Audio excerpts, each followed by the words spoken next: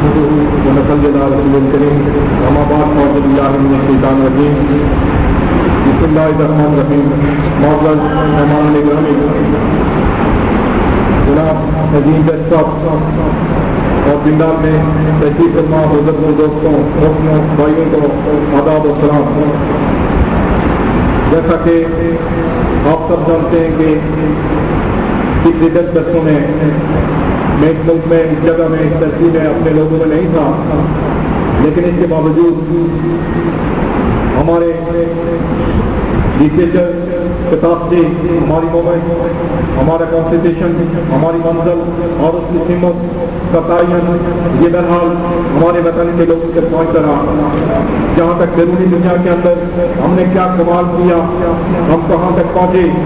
ہم نے اس دنیا کے اندر رہ کر اپنی روزی روٹی کے ساتھ ساتھ اپنے معاشی اور سماجی تعلقات کو باروئی کار رکھتے ہوئے،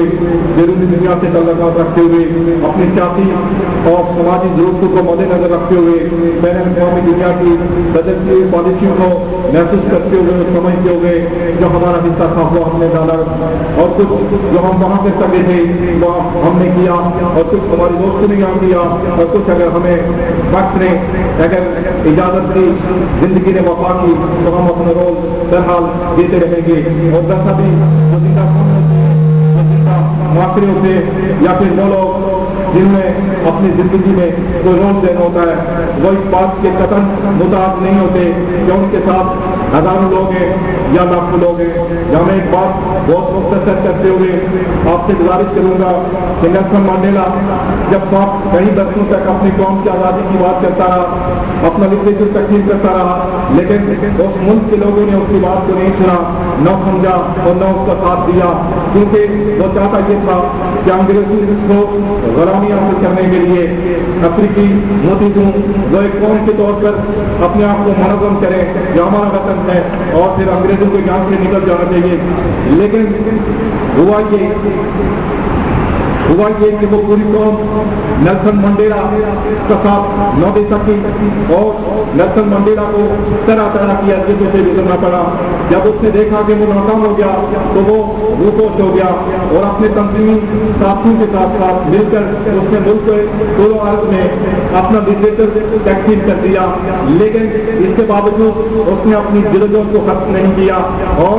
7 برس تک جب وہ جدوجہد کرتا رہا تو 8ویں برس ملک کے طول و عرض میں ملک کے لوگوں نے اس کو ان دیواروں پر چسپاں کر دیے، پوسٹر چسپاں کر دیے جس میں یہ لکھا تھا کہ تم جو بھی ہو انگریزوں کے خلاف جدوجہد کرتے ہوئے تمہیں اتنے درد گزر گئے تو تم سامنے آؤ، ہم تمہارا ساتھ دیں گے. زمانہ اس بات کا گواہ ہے کہ جب نیلسن منڈیلا واپس آیا، جب وہ اس نے اعلان کیا اور جس تاریخ کو نیلسن منڈیلا اس گراؤنڈ میں پہنچا تو وہ لوگ 10 لاکھ افریقی اس گراؤنڈ میں موجود تھے. اور میں بھی اسی قوم 1.5 کروڑ قوم سے تعلق رکھتا ہوں، اور اس 1.5 کروڑ قوم سے وہ بادشاہ لوگ جن کو بہت اچھی طرح سے علم ہے کہ میں آزاد کشمیر اور مقبوضہ کشمیر کے وقت کے آزاد 471 مربع میل سے تعلق رکھنے والا ہوں. ان 20 لاکھ کشمیریوں میں واحد کشمیری ہوں جس نے 10 سال اپنا گھروں سے خیرآباد کہہ دیا، اپنے گھر کو،